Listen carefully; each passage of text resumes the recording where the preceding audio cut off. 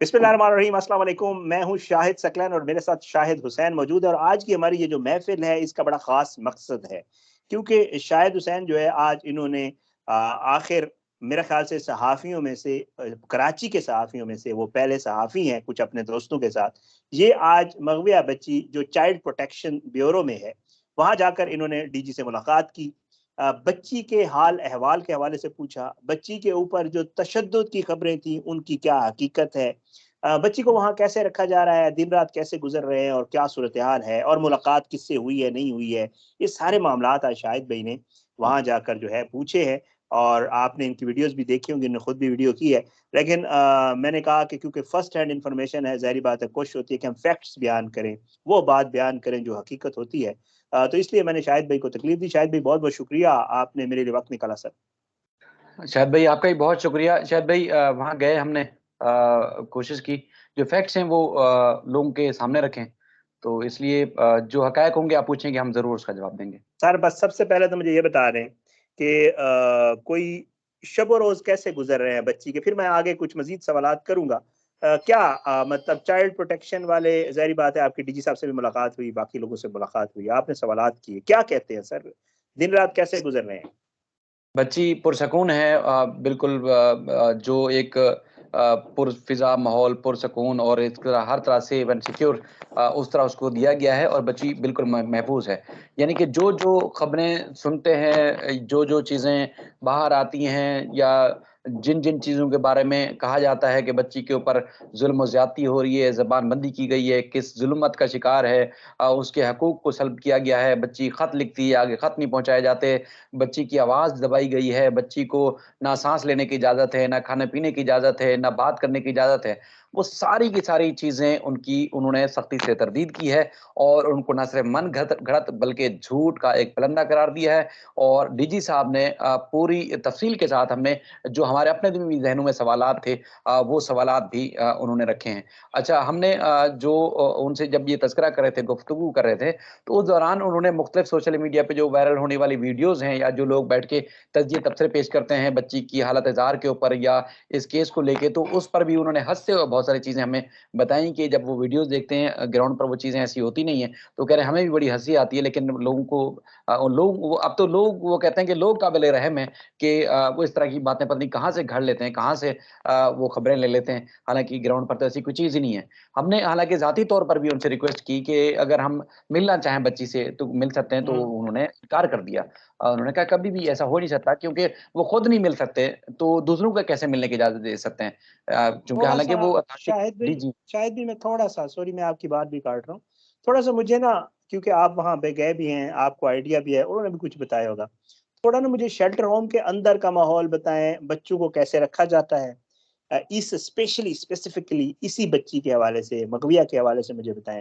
उन्होंने क्या बताया, कैसे रखा गया है, अलग से कमरा दिया गया है, कुछ ख़वातीन इनके साथ एज़ अटेंडेंट्स या काम करने वाली हैं, बच्ची पढ़ रही है, नहीं पढ़ रही है, उसकी तालीम का क्या तो थोड़ा-सा मुझे बच्ची के हवाले से बताएँ सर। शायद भाई देखें मैं जब ये सिंध की आपको पता है गवर्नेंस के हवाले से कोई भी बात करता है तो सबसे ज़्यादा ये तासुर है कि बैड गवर्नेंस सिंध में है। लेकिन मैं जी, चूँकि बिल्कुल। मैं सबसे बड़ी तनकीद करता हूँ हर महकमे की, हर जगह पर चूँकि जो देखते हैं, फेस करते हैं, ज़ाहिर है फिर वो उसमें काबिल-ए-तारीफ़ कोई भी चीज़ नहीं होती सिंध गवर्नमेंट की जब भी हम देखते हैं। लेकिन ये वाहिद डिपार्टमेंट है, सेक्शन है जिसकी मैं हमेशा जब भी इसका तज़किरा होता है या जब इनकी हम कार्रवाइयाँ देखते हैं या जिस तरह बच्चियों को शेल्टर फराहम करते हैं, वो मैं उसकी हमेशा तारीफ़ करता हूँ। ठीक है। सेफ सिक्योर बच्चों की मेंटेनेंस उनकी मुस्तकबिल की जिस तरह वो फ़िक्रमंद होते हैं, उसके बाद फिर जो एक वो खूबसूरत एक शानदार जो माहौल फराहम किया जा रहा है, वो काबिल तारीफ़ है। चूँकि इस केस से हट के भी जब ये इस डिपार्टमेंट का अदालतों में आना-जाना होता है या अदालतों से वास्ता पड़ता है, जब अदालतें रिपोर्ट तलब करती हैं, तो ये सबसे डिफरेंट होती हैं, सबसे मुख्तलिफ इनकी रिपोर्ट्स होती हैं, जो कि काबिल तारीफ़ होती हैं। जजेस भी इनकी तारीफ़ करते हैं। बच्चों की सिक्योरिटी के हवाले से, एजुकेशन के हवाले से।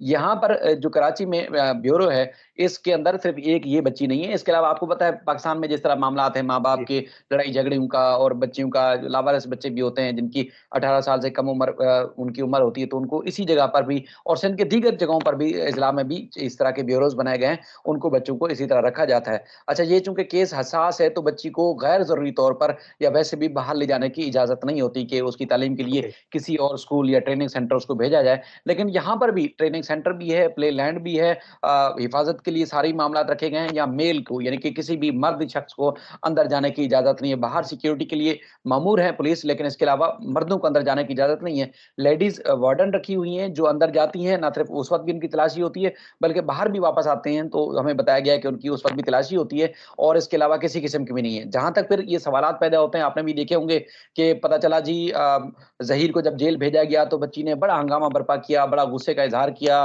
और न जाने क्या क्या बातें हुई, इसकी भी सख्ती जी। से उन्होंने तरदीद की। और इसके अलावा एक और भी चीज आई कि भाई जब बच्ची ने खत लिखा है, अदालत को खत लिखा है कि उसकी जबान बंदी की गई है तो उसको उसकी जबान खोली जाए, और ये वो भी सरासर झूठ है। उन्होंने कहा ऐसी कोई बात नहीं हुई। और उसके बाद फिर हमने ये उनसे कोशिश की कि अनऑफिशियल तरीके से, आपको पता है कि यहाँ हमारा एक रिवाज है, कल्चर है कि अफसरान से या इदारों से आपको पता है बैकडोर भी कॉल्स कोशिश की करवा के, जाती है। हाँ, जी, बिल्कुल। जी, जी। तो कॉल्स उन्होंने वगैरह कहा करवा के। बिल्कुल, अपने तौर पर उन्होंने कहा जो कुछ भी कोई कर रहा होगा, लेकिन हम तक किसी ने अब तक अप्रोच नहीं की है। यानी कि उन्होंने इस सारी बात की सख्ती से तरदीद की है। उन्होंने बार-बार ये कहा कि बच्ची का कोई साइकोलॉजिकल कोई इश्यू है, बच्ची की तालीम और तरबियत का जो मामला है, बच्ची की किस तरह हिफाज़त रखनी है, हर लिहाज से पुरसकून है। यानी कि एक जिस तरह शानदार और खूबसूरत माहौल फराहम किया जा सकता है हुकूमत की तरफ से, हुँ, वो फराहम किया जा हुँ। रहा है। उसके अलावा अगर अदालत जिससे मिलने की इजाज़त देगी या अदालत की तरफ से जो हुक्मनामा आएगा, हम उसको फ़ॉलो करेंगे। इसके अलावा कि ना डायरेक्ट किसी ने हमसे राब्ता किया और ना ही बच्ची ने फ़ोर्स किया है कि फलाँ से मिलना चाहती है या फलाँ से कोई राब्ता करवा दें। ऐसी सरासर कोई बात नहीं है, ना ही उसके पास कोई राब्ते के लिए कोई कॉन्टैक्ट नंबर है, ना कुछ है। और हम अदालत को जवाब दें, ज़ाहिर है हमने तो फुल टाइम निगरानी रखी हुई है, उसकी मुकम्मल निगरानी में है। चूँकि मामला भी जिस तरह हसास है, इसके अलावा कोई किसी भी बात में सदाकत नहीं है कि उसके ऊपर ज़ुल्म और जबर हो रहा है, उसकी ज़बान बंदी की गई है या कुछ। क्योंकि जिस तरह वो खुद भी एक ज़िम्मेदार भी हैं और उस बच्चों वाले हैं, उन्होंने कहा हम भी बच्चों वाले हैं, तो हम ऐसा कैसे हो सकता है कि बच्ची को जो है वो तहफ़्फ़ुज़ दिए बगैर इस तरह की माहौल में रखें। और बाकी जहाँ दबाव वाली बात है या इस तरह की, उन्होंने कहा हमसे किसी ने राब्ता नहीं किया। बाकी ना ही बच्ची ने किसी से मिलने की या कोई ख़त लिखने की कोई बात की है। हाँ, अदालत ने जब ये लाहौर से इसको शिफ्ट किया गया था कराची, उस वक़्त अदालत ने जब तलब किया था तो तब हमने जाके पेश किया था। और उसके बाद फिर जब एमएलए को ऑर्डर आया था एडीजी की तरफ से, तो उस वक़्त हम ले जा रहे थे, तो उस वक़्त भी पता चला कि सिंध हाई कोर्ट ने हुक्म इम्तनाअ जारी कर दिया है, तो उसके बाद अमल ओके। को रोक दिया गया। इसके अलावा वो खुद भी अंदर नहीं जा सकते, मर्दों को वैसे अंदर इजाज़त नहीं है जाने की, तो और जब अदालत तलब करेगी या अदालत जो भी फैसला करेगी उस पर अमल दरामद करेंगे। 18 साल की कम उम्र बच्चे ये हैं या कोई भी है, वो उनके पास इसी तरह महफूज़ हैं। अच्छा, मुझे एक बात बताएँ शाहिद भाई, मुझे थोड़ा-सा मज़ीद भी आपसे पूछूँगा, आपने भी यकीनन पूछा होगा कि अंदर टेलीफ़ोन या कोई राब्ता या कोई ऐसी एक्सेस इन बच्चों को होती है कि जी, या इनके पास कोई फ़ोन हो या कोई टैबलेट हो या कोई ऐसी चीज़ जिससे बाहर ये बच्चे किसी से राब्ता कर सकें, कोई ऐसी फ़ैसिलिटी अंदर होती है? शायद भाई किसी किस्म का नहीं है, किसी किस्म की इस तरह की सहूलियात नहीं है। बाकी चूँकि उनकी अपनी ज़िम्मेदारी है। हमने सवालात किए, मैंने कहा यार मतलब ये तासुर है कि बच्ची को आप खुद भी आपने सुना होगा कि पता नहीं क्या-क्या उसके जी, साथ हुआ है ये वो।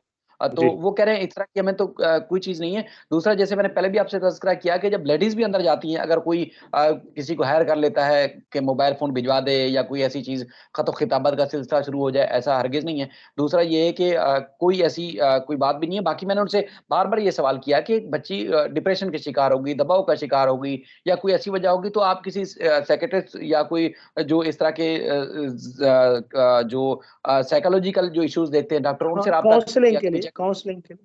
काउंसलिंग के बिल्कुल लिए। ऐसे तो ही। उन्होंने कहा वैसे हमारे जो एमएयूज़ वगैरह हैं, वो मुख्तलिफ बड़े हॉस्पिटल्स के साथ साइन हैं, लेकिन बच्ची चूँकि सुकून में है, उसको कोई बीमारी भी नहीं है, उसको किसी चीज़ की ज़रूरत भी नहीं है, तो इस तरह हम कैसे उसका जो है वो चेकअप करवाएँ या कोई ऐसी बात कराएँ? ऐसी ना कोई शिकायत है और ना ही इस तरह का कोई मसला है। तो वो बिल्कुल सुकून में है, उन्होंने कहा कोई ऐसा कोई इश्यू नहीं है। बाकी ना उनके पास फ़ोन है, ना ही और बाकी जो ड्यूटी पे है, वो ड्यूटी पे 24 घंटे वहाँ लोग मौजूद होते हैं, वार्डन्स, लेडीज़ वार्डन्स होती हैं और 24 घंटे उनकी ड्यूटी होती है, यानी कि 8-8 घंटे की शिफ्ट होती है वहाँ पर।